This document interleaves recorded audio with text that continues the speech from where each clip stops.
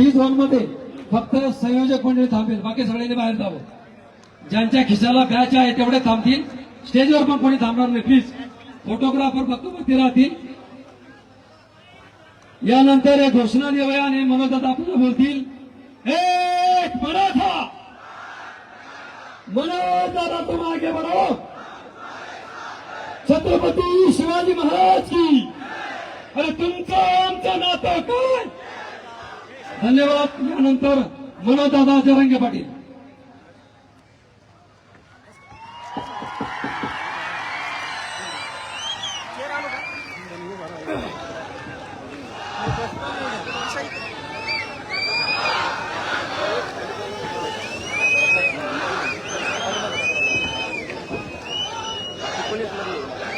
हिंदवी स्वराज्याचे संस्थापक राजे छत्रपती शिवराय, धर्मवीर छत्रपती संभाजीराजे यांच्या जयंतीच्या निमित्तानं सगळ्या बांधवांना मनपूर्वक शुभेच्छा देतो. आणि या संभाजीनगर बजाजनगर मध्ये जमलेल्या माझ्या तमाम मराठा बांधवांना माझा मानाचा जय शिवराय.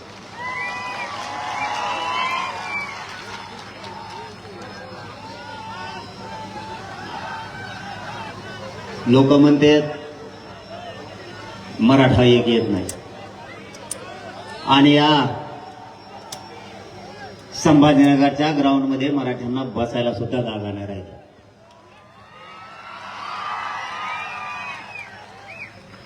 आवाज येत नाही का.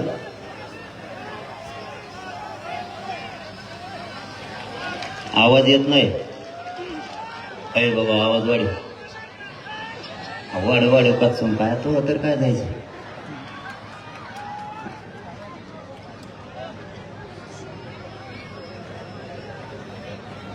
या महाराष्ट्रात मराठा समाज पहिल्यांदा स्वतःच्या लेकरासाठी एकवटला. मराठा समाज इतक्या ताकदीनं मायबापावर कधी एकवटला नव्हता. मराठ्यांना जाणीव झाली आता एकजूट झाल्याशिवाय पर्याय नाही. आणि एकदाच मराठ्यांचं करोडोच्या संख्येनं वादळ उसळलं. माझं हे स्वप्न होतं की माझा समाज एकत्र आला पाहिजे, माझा समाज पुढे गेला पाहिजे. आपण आपल्या जीवनात कोणती अपेक्षा नाही ठेवली, आजपर्यंत ठेवली ना पुढे कधी ठेवणारे हा शब्द आहे माझा तुम्हाला. कित्येक जणाला तरी वाटत होता हा मराठा समाज एकत्र नाही आला पाहिजे. ही मराठा देशाच्या पाठीवर एक अशी जात आहे, ही जर एकत्र आली त्याला हवं ते मिळाल्याशिवाय राहणार नाही. त्यांचं दुसरं स्वप्न होतं मराठ्यांना ओबीसीतून आरक्षण मिळू द्यायचं नाही. हे दोन स्वप्न घेऊन ते 70 वर्षापासून वाटचाल करत होते. आणि ते रचलेलं षडयंत्र ते यशस्वी सुद्धा होत होते मायबापावर. त्याला कारण होतं तुम्ही आणि मी एकत्र येत नव्हतो, आणि आपल्या लेकराचा घात आपल्याच हाताने होत होता. शेवटी मराठ्यांनी मनावर घेतलं मराठा एकही करायचा आणि मराठ्यांना ओबीसीतूनच आरक्षण मिळून द्यायचं. भीती घातली जायची. मराठ्यांनी ओबीसीतून आरक्षण मागायचं नाही, भीती घातली जायची. अरे बाबा बालसर काय करतोय, लय अवघड कार्यक्रम आहे.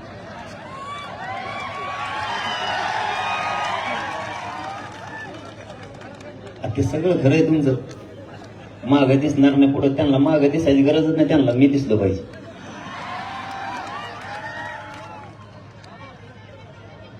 एकदा दाखवा रे किती जनसागर उसळायला. सगळे मोबाईल चालू करून मीडियाच्या बांधवांनी दाखवा बरं महाराष्ट्राला. सगळ्यांना मोबाईलच्या बॅटरी सुरू करा. उसळ्याला जनसागर एकदा या राज्याला दिसू द्या.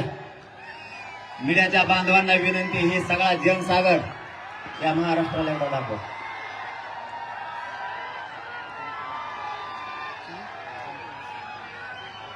करा ना.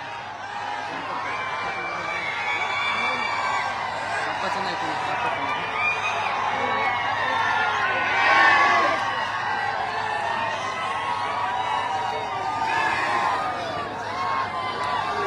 डेंजर आ गया मोबाइल बस.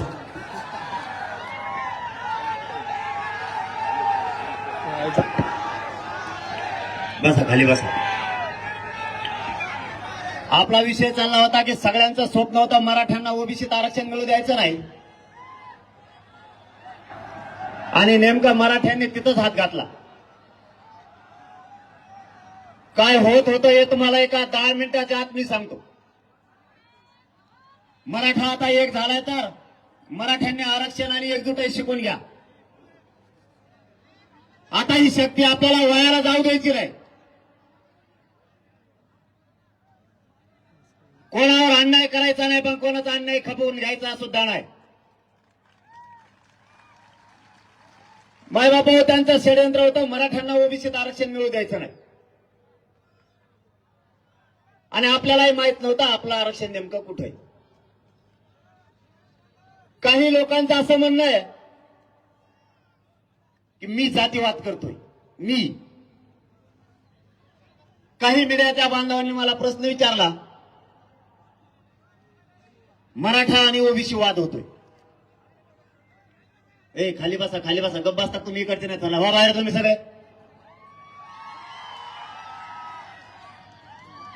इथं आरक्षणासाठी आमचा जीव चालला आणि तुमचा काय धिंगाण घालायला लागले काय इथं? सगळ्यांचं म्हणणं होतं मराठा आणि ओबीसी वाद होतोय. वाद केला कोणी? माझा एक तरी स्टेटमेंट दाखवा की मी अगोदर ओबीसी बांधवांना दुखवलंय म्हणून. विरोध करणार तुम्ही, परत तुम्हीच म्हणणार की मराठा आणि ओबीसी वाद होतोय. गावखेड्यातल्या एकाही ओबीसी बांधवाला आतापर्यंत मी किंवा माझ्या मराठा समाजानं दुखवलेला नाहीये, आणि कधी दुखवणार पण नाही. कारण गावखेड्यात आम्हाला एकत्र राहायचं आहे, एकमेकाच्या मदतीला यायचं आहे, एकमेकाच्या सुखादुःखात आम्ही जातोय. ओबीसीचं दुःख हे मराठ्यांचं आहे, मराठ्यांचं ओबीसी दुःख हे ओबीसीचं आहे. ही आजही गावखेड्यात परिस्थिती आहे. जातीवाद केला कोणी? तुम्ही आम्हाला जातीवादी म्हणता कसे? तुम्ही अगोदर बोलल्याशिवाय मी किंवा माझा मराठा समाज कधी बोललेला नाही. 13 तारखेपर्यंत मतदानापर्यंत मी चांगला होतो किंवा माझा मराठा समाज चांगला होता. एकदा 13 तारीख झाली, मतदान संपलं, गुरगुर करायला पुन्हा सुरुवात केली. ही तुमची नियत. आम्ही तुम्हाला कधी जातीत तोडलं नाही, आणि जातीत तोलायचा प्रश्नच येत नाही. कारण हा महाराष्ट्र पुरोगामी विचाराचा आहे. जसाच तो पुरोगामी विचार मराठ्यांसाठी आहे, तसाच बाकीच्यांसाठी सुद्धा असला पाहिजे. मी माझ्या मराठ्यांना या संभाजीनगरमधून आवाहन करतोय, आणि याच्या अगोदर मी 6 दिवसापूर्वी केलंय. सगळ्यांनी शांत राहा. माझा समाज सुद्धा शांत आहे. काय चुका करतायत कोण बघू. 1 महिनाभर शांत राहा. काही जण म्हणलेत निवडणूक झाल्यावर बघू, मतदान झाल्यावर बघू. काय बघशील रे तू?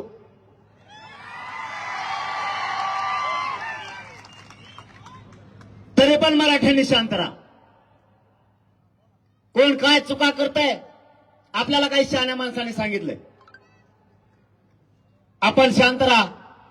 त्यांचेच लोक त्यांना पाडणार आहेत, नाव मराठ्यांचं घेणार आहेत. आपण शांत राहा. कोण काय करतोय तुम्ही बघा, म्हणून त्या शहाण्या माणसाच्या शब्दावरती मी मराठ्यांना आवाहन केलंय. आणि आजही महाराष्ट्रातल्या मराठ्यांना या संभाजीनगरच्या नगरीतून आवाहन करतो, सगळ्यांनी शांत राहा. कोणी काय पोस्ट टाकल्या त्याचं नाव लिहून ठेवा. कोण पडला, कोण निवडून आला, याचं उत्तर आहे मराठ्यांनी देऊ नका. कोण मराठ्यांच्या अंगावरती कार्यकर्ते घालतोय याच्यावर बारकाईने लक्ष ठेवा. होऊ द्या चूक एखादी, 1 महिन्याभर बघू, शेवटी नरड्याला लागल्यावर आमचा नाविलाज. तुम्ही तुमच्या लोकांना सांगितलं पाहिजे जातीवाद नको, आम्हाला एकटीची जबाबदारी नाहीये ती.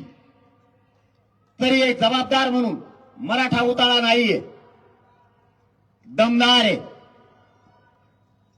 आम्ही शांततेत बघू काय काय कोण करतंय. आणि त्याच्यात 2 कामं सांगतो तुम्हाला आजच. तुमच्यावर जर वेळ आली, तुमचा जर काही घातपात होण्याचा अंदाज दिसला, मी शांत बसा म्हणलं म्हणून शांत बसू नका, स्वतःचं स्वसंरक्षण तरी करा. मात्र 1 महिनाभर सगळ्यांनी शांत राहा. कोण कोण काय काय करतोय ते बघू. कामं 2 सांगतो.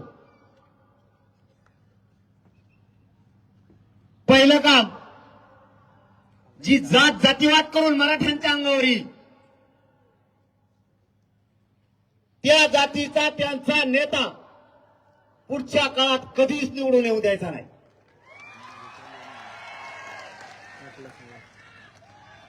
जाहीर त्याचं नाव घेऊन त्याला विरोध करायचा.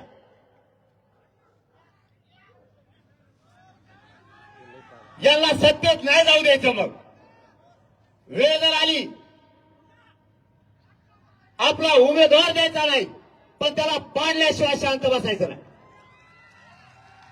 नसता त्याने त्याच्या जातीला समजून सांगायचं जातीवाद होऊ देऊ नको म्हणून. दुसरं काम, शांतता याच्यासाठी आपल्याकडून आपल्याला जातीवाद नाही होऊ द्यायचा. ते ज्यावेळेस जातीवाद करतील त्यावेळेस ज्या लोकांनी आपल्याला सांगितलं शांततेची भूमिका असली पाहिजे, आपण शांतपणाची भूमिका घ्यायची ते घेणार नाहीये. त्यावेळेस आपल्याबद्दल कोणी कोणी चुका केल्या त्या माणसाला एकदा दाखवू आणि 1 महिन्याच्या नंतर ठरवू काय करायचं ते. कारण सहनशीलता सहन करण्याच्या आम्हाला सुद्धा मर्यादा आहे. त्यांनी आवाहन केलं पाहिजे, झालं गेलं विसरून जा, निवडणुका झाल्यात, परंतु ते तसं करत नाहीये. बीड जिल्हा असो किंवा महाराष्ट्र असो, या संभाजीनगरच्या नगरीतून सांगतो, माझ्या मराठ्यांच्या माणसाला कोणाकडून धक्का लागता कामा नये, जबाबदारी तुमची आहे. पुन्हा आम्हाला म्हणू नका तुम्ही तिकडे का निघाला. मी 1 महिना शांत बसणार, माझा मराठा समाजही शांत बसणार. पण जर या महिन्यात आमच्या मराठ्यावर अन्याय झाला तर माझ्या मराठा समाजाला चांगला माहिती आहे गुंडगिरीचे आडे उद्ध्वस्त करायचे कसे. तुम्ही आम्हाला जातीवादी ठरवता कसे. उपोषण शांततेत तुम्हीच आमच्यावर हल्ले करणार, तुम्ही आमच्या विरोधात मोर्चे काढणार. क्रांती मोर्चे निघाले, मूक मोर्चे शांततेत होते. आम्हाला जातीवादी म्हणताय, प्रतिमोर्चे काढले कोणी. कोण जातीवादी. माझा मराठ्यांचा हक्काचा असणारा आरक्षण मी मागतोय, त्याला विरोध केला कोणी. तुम्ही आम्हाला जातीवादी म्हणता कसे. त्याचं सोडून द्यावं.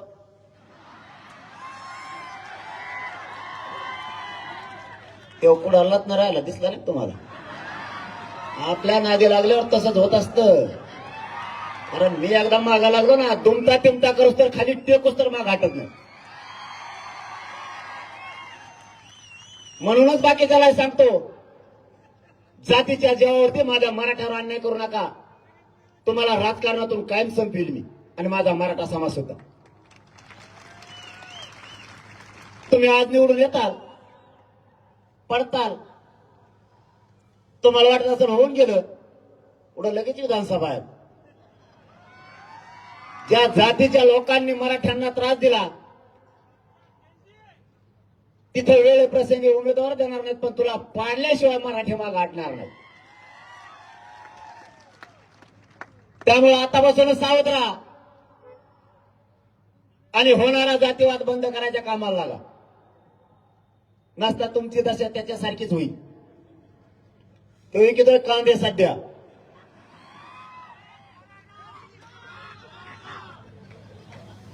समाजानं काय करायचं आणि काय नाही करायचं हे आपलं फायनल ठरलंय. आपण सगळ्यांनी शांत राहायचंय. कोणी कोणावर टीका करायची नाही.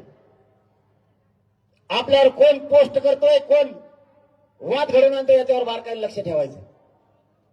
आणि आता निकाल लागल्याच्या नंतर कोणाचाच जय जयकार करायचा नाही. पडणाराचा नाही आणि निवडून आलेल्याचा नाही. मायबापा हो, त्या गोलालात माझ्या मराठ्यांना आनंद नाहीये. माझ्या करोडो मराठ्यांच्या लेकरांच्या डोक्यावरती आरक्षण देऊन गोलाल टाकायचा आहे, त्याच्यात आपल्याला आनंद आहे. आणि हे किती आडवे होऊ द्या, ते आपण घेणार आहे. एकजूट अशीच राहू द्या. एकजूट फुटू देऊ नका. जात मोठी करायची आणि जातीचे लेकर मोठे करायचे यासाठी लढायचं. सगळे म्हणत होते मराठ्यांना ओबीसीतून आरक्षण मिळू देणार नाहीत. मिळालं का नाही? थोडं राहिलं आता सगळ्या स्वारीच्या अंमलबजावणी. ती बी आणल्याशिवाय माग हटत नाही. शब्द आहे माझा तुम्हाला. बघता तुम्ही एकजूट फुटू देऊ नका. मला तो लय घाबरीत होते, तुम्हाला माहित आहे की नाही का नाही. मला म्हणायचे ओबीसीतून जर आरक्षण मागितलं तर दंगली होत्या. म्हणलं कशामुळं? ते म्हणले ओबीसीतून तुम्ही आरक्षण मागू नका, वेगळं मागा. म्हणलं पण दंगली कशामुळे होत्या ते तर सांग. गोडीत येऊन म्हणायची बरं का, तसली टप्पर नाही आपल्याकडे यायची कोणाची. ते म्हणायचे दंगली होत्या. म्हणलं कारण? ते म्हणले काय, ओबीसीतून आरक्षण मागितलं की दंगली होते. एक अंदाजा लावला मी, इथून पाठीमागं सुद्धा असंच होत असावं 70 वर्षात. लढा यशस्वी व्हायला आला की भीती दाखवित असतील. मला एक सांगा माय बापा हो, तुम्हालाच प्रश्न विचारतो, दंगली होते कसं काय? समजा तुमच्या नावावर 5 एकर जमिनी आणि त्यातली 2च एकर जमीन तुम्ही खाताय. 3 एकर जमीन कुठे तुम्हाला माहितच नाही. तुमचे लेकरं उपाशी मारायला लागले तुमच्या हक्काची 5 एकर जमीन असून. पण काही दिवसानं महसूल विभागानं तुम्हाला ती जमीन मोजून दिली. त्यांनी सांगितलं तुमची 5 एकर जमीन सापडली, 2 एकर तुम्ही खाताय, ही तुमची 3 एकर, ही तुम्ही घ्या. तुम्ही ती जमीन मागितली, ही जमीन माझी येते. आता ज्याच्याकडे होती तो तुम्हाला काय म्हणला माहितीये का? जर ही जमीन घेशील तर भांडण होईल, दंगली होईल. मग तुम्ही सोडून देणार का आता? तसंच आरक्षणाचा कचका होता. ओबीसीत मराठ्याचं आरक्षण ते म्हणले दंगली होतील, मागितलं. म्हणलं हो देव, दंगल कसली असती बघायची मला. दंगली झाल्या का? त्याचं कारण मराठ्यांचा हक्काचं आहे. 200 वर्षापूर्वीच्या नोंदी सापडल्यात माय बापा. मंडल कमिशननं ज्यावेळेस आरक्षण दिलं, एका इंग्रजाच्या अहवालावर दिलं. 1967 जे ओबीसीला आरक्षण दिलं, फक्त एका शासन निर्णयावर दिले. या मराठ्यांच्या ओबीसी आरक्षणात असणाऱ्या शेकडो वर्षाच्या नोंदी आहेत. शेकडो वर्षाच्या. या भारत देशावर सगळ्यात ओरिजिनल ओबीसीत कोण असेल तर तो फक्त मराठा. कारण त्याच्या शासकीय नोंदी सापडल्या. तरी म्हणतात ओबीसी आरक्षणात येऊ नका. ओबीसी आणि मराठा वादी. आमच्या नोंदी असून तुम्ही येऊ नका म्हणताय. याचा अर्थ जातीवाद तुम्ही करताय, आम्ही नाही. तुमच्या कोणत्या नोंदी सापडल्या? आमच्या तर नोंदी आहेत, तरी आम्हाला आरक्षण नाही. तुम्हाला माहिती आहे का कधी वाईट परिणाम झालाय? माझा लाखांना मराठ्यांचा तरुण शिकलेला असताना सुशिक्षित बेकार म्हणून घरी पडलाय. साध्या साध्या कंपनीत त्याला काम करायची वेळ आली. आई बाबाला कंपनीमध्ये काम करायचं, राब राब शेतात राबायचं आणि मुलं शिकवायची. या आरक्षणापायी त्या मुलाला नोकरी लागत नाहीये, त्याला उच्च शिक्षण घेता येत नाही. काय पाप केलंय माझ्या मराठ्याच्या पोरानं? त्याच्या हक्काचं आरक्षण असून देत नाही. नोकर भरतीमध्ये सुद्धा भरती झालेल्या मराठ्यांची भरती होत नाहीये. त्यांना केंद्रीय कॉलेज मिळत नाहीत. हक्काचं आरक्षण असून ज्या मुलानं स्वप्न बघितलं, ज्या बापानं स्वप्न बघितलंय माझं लेकरू अधिकारी होईल, या आरक्षणापायी त्या बापात आणि त्या लेकराच्या स्वप्नाची सुद्धा राखरांगोळी झाली. आरक्षणाची किंमत 1% हुकलेल्या लेकराला विचारा, ते घरी रडत येतं त्यावेळेस कळत आहे आरक्षणाची काय किंमत आहे. ज्या आई बापानं कर्ज काढून लेकरं शिकवले त्यांना विचारा आरक्षणाची काय किंमत आहे.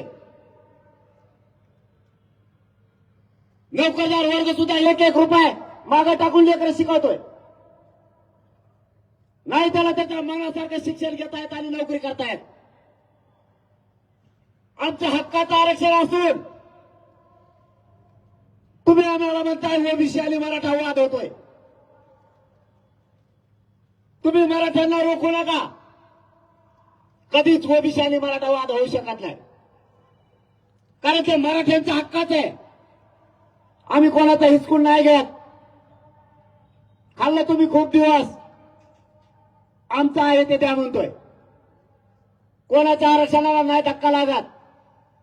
कसा नाही लागत ते सुद्धा मोजा. ते एवढ्याला म्हणतो आम्ही एकटे 60%. चल बाबा तू म्हणतो तसं आता मराठ्यांना मोजा. 60% ओबीसी, 34% मराठा, किती झाले? 20% SC ST, 150% लोकसंख्या असते राज्याची देशाची. तू का बधीर समजतो का काय? आम्हाला खातो किती दिवस. दुसरा पॉइंट आणला म्हणे एसटी फुल भरलेली म्हणजे ओबीसी आरक्षणानं. नेते माझ्याकडे येतात बघा, मंत्री लोक चर्चाला, ते म्हणतात एसटी फुल आहे राव. मला दारू उघडून बघू दे म्हणलोय मी. तुम्ही मीडियाच्या बांधवाच्या माध्यमातून बघितलं असेल, मीडियाच्या बांधवाने लय साथ दिली आहे मराठ्याच्या आंदोलनाला. त्याला म्हणलं एसटीचं दार उघड, मला डुकून बघून द्या. किती लोक बसले, ते एकटं टंगड्याला मग बसलं. म्हणलं सतत खुर्च्यावर, त्याला टंगडी सकट बाहेर ओढतो. नाही म्हणते तसं बघता येत नाही. म्हणलं मग आम्ही ओबीसीतच घेत असतो, बघता येत नाही तर. एसटी फुल नाहीच आहे. यांनी काचा लावल्या, दार लावून घेतले, आत मोकळे, फक्त दुसऱ्याला बसू द्यायचं नाही. नियत चांगली नाही, खायची सवय लागली. चारही बाजूला लोकांचा वार पाडायची सवय लागली. बरं त्यांनी एकट्यानं नाही खाल्लं. ओबीसी महामंडळ एकट्याने 80% खाल्लंय त्यांनी. 12 बलुतेदारांना वेगळा प्रवर्ग करायचा एका शासन निर्णयावर, किंवा नुसता सचिवाने किंवा सहसचिवाने जरी आज सूचना केल्या तरी 12 बलुतेदारांचा वेगळा प्रवर्ग होतो. तरीही केला जात नाही. मुस्लिमांना आरक्षण दिलं जात नाही. दलितांचे प्रश्न सोडवले जात नाहीत. आणि ज्या आरक्षणाला धक्काच लागत नाही त्यांचा मराठ्यांना सगळ्यात जास्त विरोधी. आपल्यामुळं एनटी आणि व्हिजेंटीला धक्का लागत नाही, कारण त्यांचा वेगळा प्रवर्ग आहे. वंजारी बांधवांनी धनगर बांधवांना मराठ्यांच्या आरक्षणामुळे धक्का लागत नाही. आपलं भांडण 19% आरक्षणात. तरीही ते त्यांनाच बोलितो सभेला, तुम्ही या. त्याच्यात दम नाही ना. त्याला सभेला धनगर बांधव लागतो, 12 बलुतेदार पदार लागतो. एकदाही धनगर बांधवांना आरक्षण द्या असा एकही शब्द त्यांनी काढला नाही आतापर्यंत, एकही. पण मी शब्द दिलेला आहे, आणि मी एकदा शब्द दिलाय, मरायला सुद्धा भेट नसतो. धनगर बांधवाला मुस्लिमाला आरक्षण कसं मिळत नाही तेच मी बघतो. हे मी त्यांना शब्द दिलेला धिक्क खरा करून दाखवणार आहे. ते सोबत येऊ अथवा न येऊ, ते विरोध करो या ना करो, मराठ्यांनी मात्र आपला ज्वलंत प्रश्न सुटल्याच्या नंतर त्यासाठी लढायचं. आणि यांचं सगळ्यात मोठं दुखणं आहे तेवढं तुम्हाला सांगतो. या सरकारच्या लक्षात आलंय ह्यो जर असाच राहिला म्हणजे मी, तर ह्यो गोरगरीब मराठे, मुस्लिम, दलित, 12 बलुतेदार, लिंगायत समाज, राजपूत हे लोक सत्तेत घातल्याशिवाय गप्प बसायचा नाही. आणि मग आपण काय करायचं म्हणलं, तुम्ही गारी का थोडे दिवस. मग नवीन डाव टाकला त्यांनी, म्हणले याला अटक करा मला. मग माझ्या विरुद्ध यासाठी नेमली. माहिती आहे तुम्हाला? त्यालाच माहिती काय माया पुढे आनंद बसेल नाही तुम्हाला नसतं. यासाठी नेमली. आता हे मला जेलला टाकणार आहे. दुसरा एक डाव आहे, ते एक आणि आणखीन एक. रोज माझ्यावर 2-4 गुन्हे दाखल करतात रोज. का? त्याचं कारण मला राज्यातून तडीपार करायचं. एवढे डोक्याचं. आता मला राज्यातून तडीपार केल्यावर मी शहाण आहे. मी दुसऱ्या राज्यात जाईन, इकडे मराठी तिकडे बोलले, तिकडे राज्यात मोर्चे काढी. यांना सोडणार नाही मी.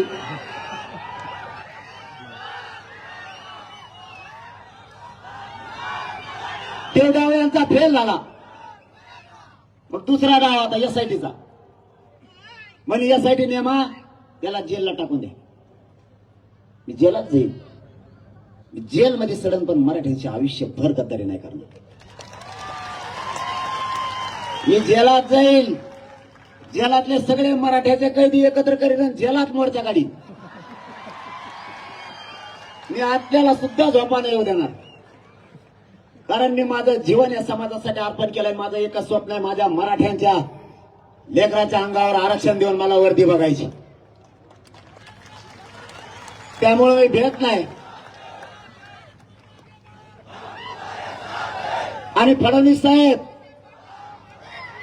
आणि शिंदे साहेब, तुम्ही मला जेलात टाकता, पण हे 6 करोड मराठ्यांचा आग्यामुळे हे कसं गप्प असेल? असे स्वप्न नका बघू.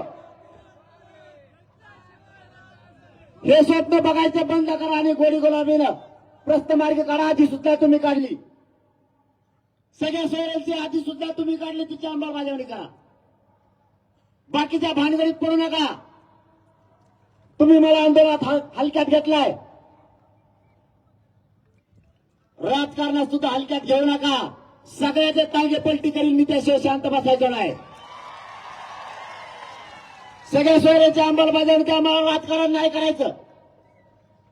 ते माझा मार्ग नाहीये.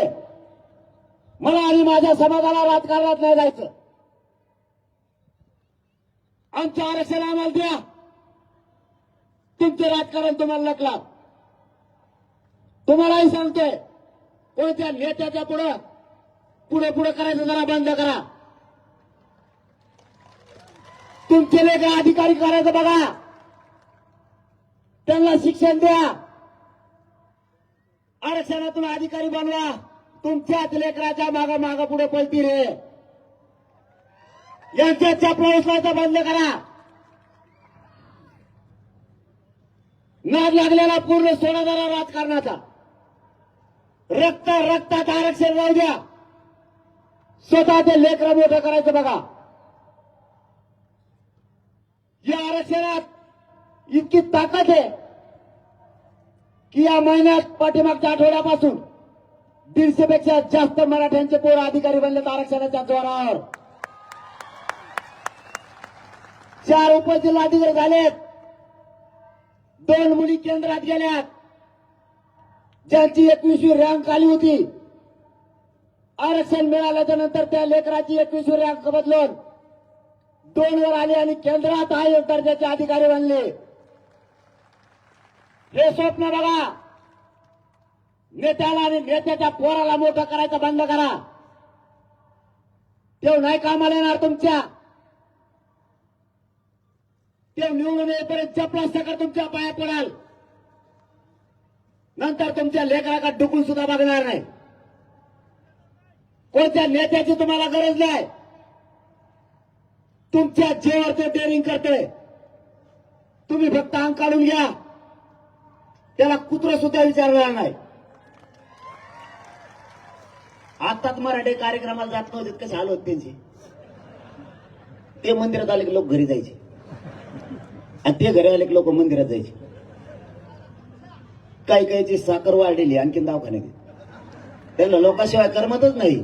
यांच्या भोवती जाऊ नका. मावशी होतो मला एक काम सांगतो. आई किती वाजले रे? आचारसाहेब नसलं ना आता मयातल्या मागं लागत येतो. मोठ्या चलल्या कवर तुम्हाला जायचंय. अजून काय बोलू का बशी मग बिंदास चलून राहत माकर कार्यक्रम.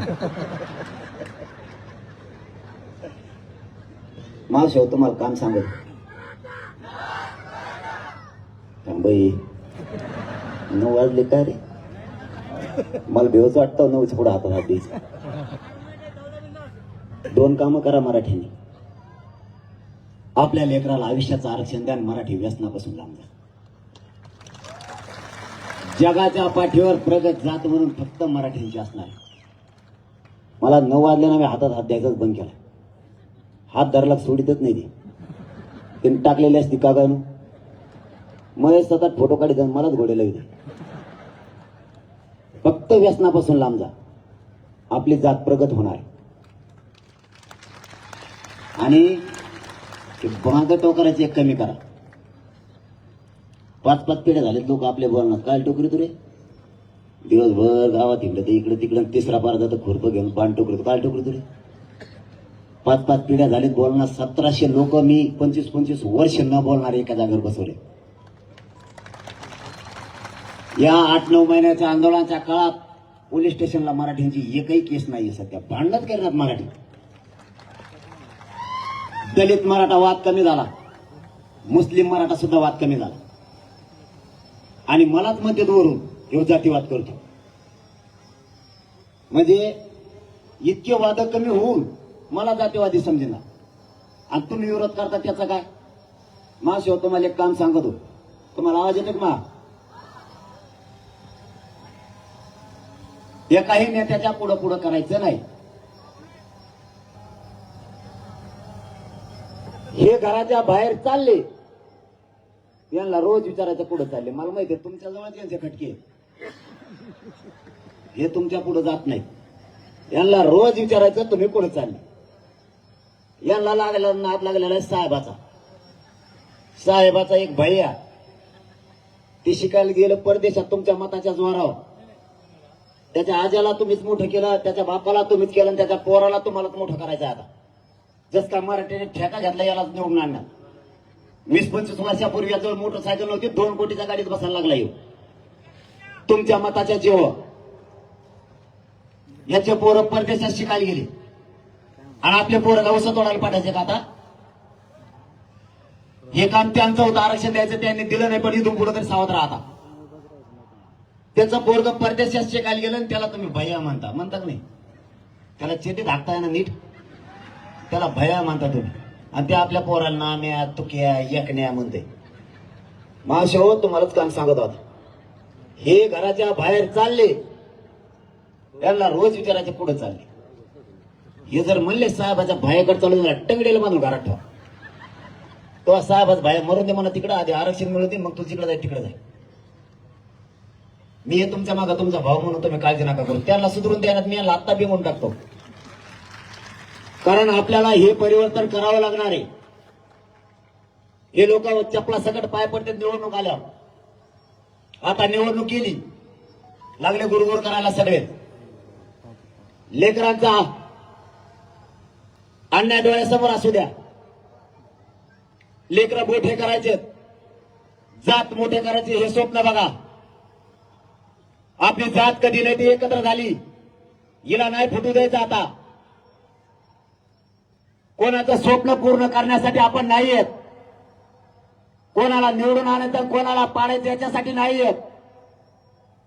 आपली जात आणि आपल्या जातीचे लेकर आपल्यासाठी मोठे आहेत. आपला समाज टिकला तर आपण टिकणार आहेत.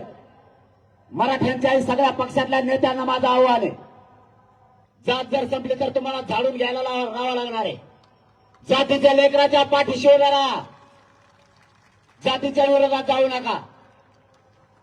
सत्ता येईल जाईल, कोणी निवडून येईल पडेल, जातीला विसरू नका. जातीवरती अन्याय व्हायला लागला तर मदतीला धावून या. महिन्यापेक्षाही जास्त सगळ्यांना शांततेची भूमिका घ्या. 4 जूनला आपण आंतरवाली या ठिकाणी आमरण उपोषण पुकारलंय. संभाजीनगरसह महाराष्ट्रातल्या मराठा समाजाला हात जोडून सांगतो, 4 जूनला सगळ्यांना आंतरवालीकडे या. आपल्या लेकराच्या डोक्यावर गुलाल टाकायचा आहे. आरक्षणाच्या गुलालात आनंद ठेवा. या नेत्याच्या गुलालात आनंद मानू नका. आरक्षण घेतल्याशिवाय सुट्टी नाही द्यायची. कोणी किती आडवा आला तरी शांततेत आंदोलन करायचंय. होणारं आंदोलन शांततेत असणार आहे. हे शांततेचं युद्ध कोणालाच रोखता येत नाही. 70 वर्षात मराठ्यांना मिळणारं आरक्षण या शांततेचं आंदोलनात मिळवून दिलंय. म्हणून 4 जूनला पुन्हा आमरण उपोषण पुकारलंय. मायबापा तुमच्या पुढं हात जोडून सांगतोय, परवा डिस्चार्ज घेतलाय मी. या अगोदर 2 महिन्यापूर्वी डॉक्टरनं मला सांगितलंय, तुम्ही राज्यात फिरू नका. तरी मी रातपाठ एक माझा समाज मोठा व्हावा म्हणून फिरतोय. माझ्या समाजाच्या लेकरासाठी मी रोज रस्त्यावरती आहे. आमरण उपोषण तोंडावर शब्द सुद्धा आणू नका असं डॉक्टरांनी मला सांगितलंय. एका दिवसात तुम्ही मरताल तरी माझ्या समाजाच्या लेकर यांच्यावर होणारा अन्याय सहन होत नाही. आलेली संधी जाऊ द्यायची नाहीये. या संधीचं सोनं करायचंय. म्हणून पुन्हा एकदा 4 जूनला आमरण उपोषण पुकारलंय. तुमच्याकडून मला काहीच अपेक्षा नाहीये. फक्त ताकदीने पाठबळ आणि आशीर्वाद ठेवा. तुमचा मुलगा म्हणून तुम्हाला साथ घालतोय. आरक्षण मिळवायचंय. तुम्हाला एक दुसरी विनंती माझी, या उपोषणामुळे माझं शरीर मला नाही साथ देत. आता खूप उपोषणं केल्यामुळे माझं शरीर मला साथ देत नाहीये. माझी तुम्हाला हात जोडून विनंती आहे, तुमच्या खांद्यावरती आज एक जबाबदारी देतोय. उपोषण केल्यामुळे माझं शरीर मला साथ देत नाही. मी तुमच्यात असेल नसेल मला माहित नाही. शेवटी हे शरीर आहे. मी तुमच्यात असो किंवा नसो, माझी जात लय दशकानंतर एक झाली, हिला फोटो देऊ नका ही जबाबदारी तुमच्या खांद्यावरती. माझी जात लय दिवसाने एकत्र आली. माझ्या जातीच्या लेकरावर अन्याय बंद व्हायला लागलाय. मी तुमच्यात असेल किंवा नसेल, पण या राजकारणी लोकांसाठी माझी जात कधीच फुटू देऊ नका ही खांद्यावरती तुमच्या जबाबदारी. मी नाही हटत. आता जीव गेला तरी चालाल, पण आरक्षण देऊन मराठ्यांच्या लेकराच्या डोक्यावर गुलाल टाकल्याशिवाय मी 1 इंचही नाही मागे सरकत. आता 4 जूनला घोषणा झाली, आमरण उपोषण होणार. राज्यातल्या गावागावातल्या मराठा समाजाचे अंतरवालीत फोन यायला लागलेत. गावाची गावं या राज्यातले माता मावल्यांसह 4 जूनला अंतरवालीकडे यायला लागलेत. आपण सगळ्यांनी यायचं तर, पण फक्त शांततेचं आव्हान आहे. मी तुमच्या लेकराला आरक्षण दिल्याशिवाय हटणार नाहीये. शांततेत या. बसायचं तर शांततेत बसा. रोज हाताला फोन त्या अंतरवाली खणकायला लागलेत. 4 जूनला गावची गावं आम्ही अंतरवाली घेणार आहेत म्हणून आपण पाठबळ आणि आशीर्वाद देण्यासाठी या. पण हे आंदोलन शांततेचं आहे. मायबापा माझ्याकडे आग्रह धरू नका. महाराष्ट्रातल्या मराठ्यांना या संभाजीनगरमधून सांगतो, उपोषण मागे घेण्याचा माझ्याकडे कोणी आग्रह धरू नका. कारण माझ्या मराठ्यांच्या लेकराला मोठं करण्याची एवढी संधी आहे. मग तो कोणताही पक्ष असू द्या, सगळ्या पक्षातला मराठा आरक्षण घेणारे आणि त्याचे लेकर मोठं करणारे विरोध करू नका. एक जुटीनं ताकदीनं करोडच्या संख्येने शांततेत मराठ्यांनी एकत्र या. आपल्या लेकराला न्याय द्यायचा आहे. माझा हट्ट एवढाच आहे. माझ्या समाजाच्या लेकरांवरचा होणारा अन्याय मी नाही बघू शकत. मराठ्यांचे पोर आत्महत्या करायल्यात, सरकारला नाही दिसत. आज आमच्या 400 पेक्षा जास्त आई बहिणीच्या कंपनाचं कुंकू या सरकारमुळे पुसलाय. करता माणूस घरातला गेल्याच्या नंतर त्या कुटुंबाला विचारा काय दशा होती त्या कुटुंबाची. आज आई बहिणीचं कंपा उघडं पडलाय.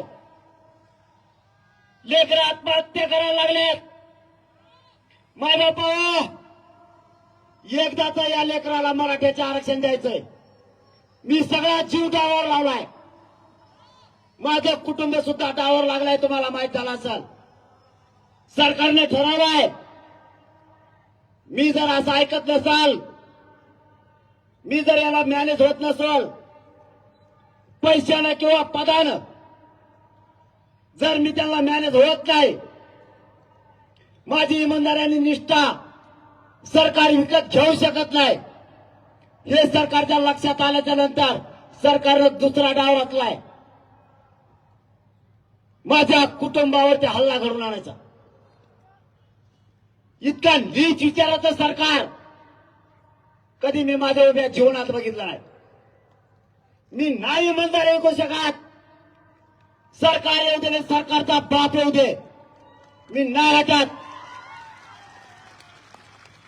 मी हॉस्पिटलमध्ये पाठीमागच्या महिन्यात माझ्या बायकोला आणि वडिलाला बोलून घेतलं आणि सांगितलंय, मी तर डावावर लागलोच, आता तुम्ही सुद्धा लागला.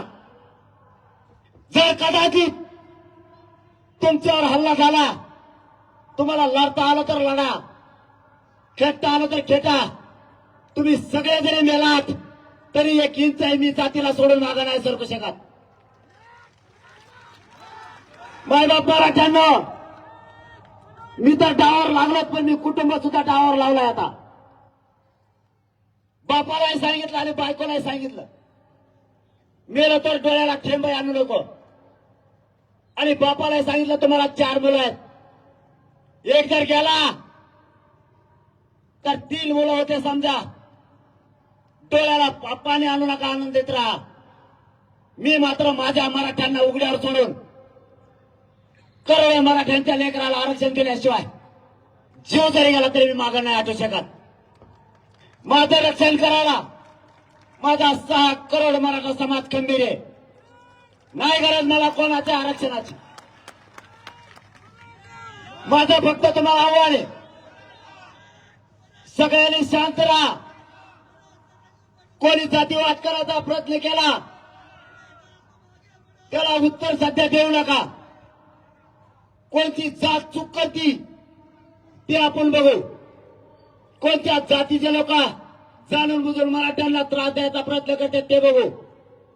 1 महिन्याच्या नंतर ठरवू, नड्या लागल्यावर बघू काय करायचं ते. पुन्हा माझा तुम्हाला शब्द आहे,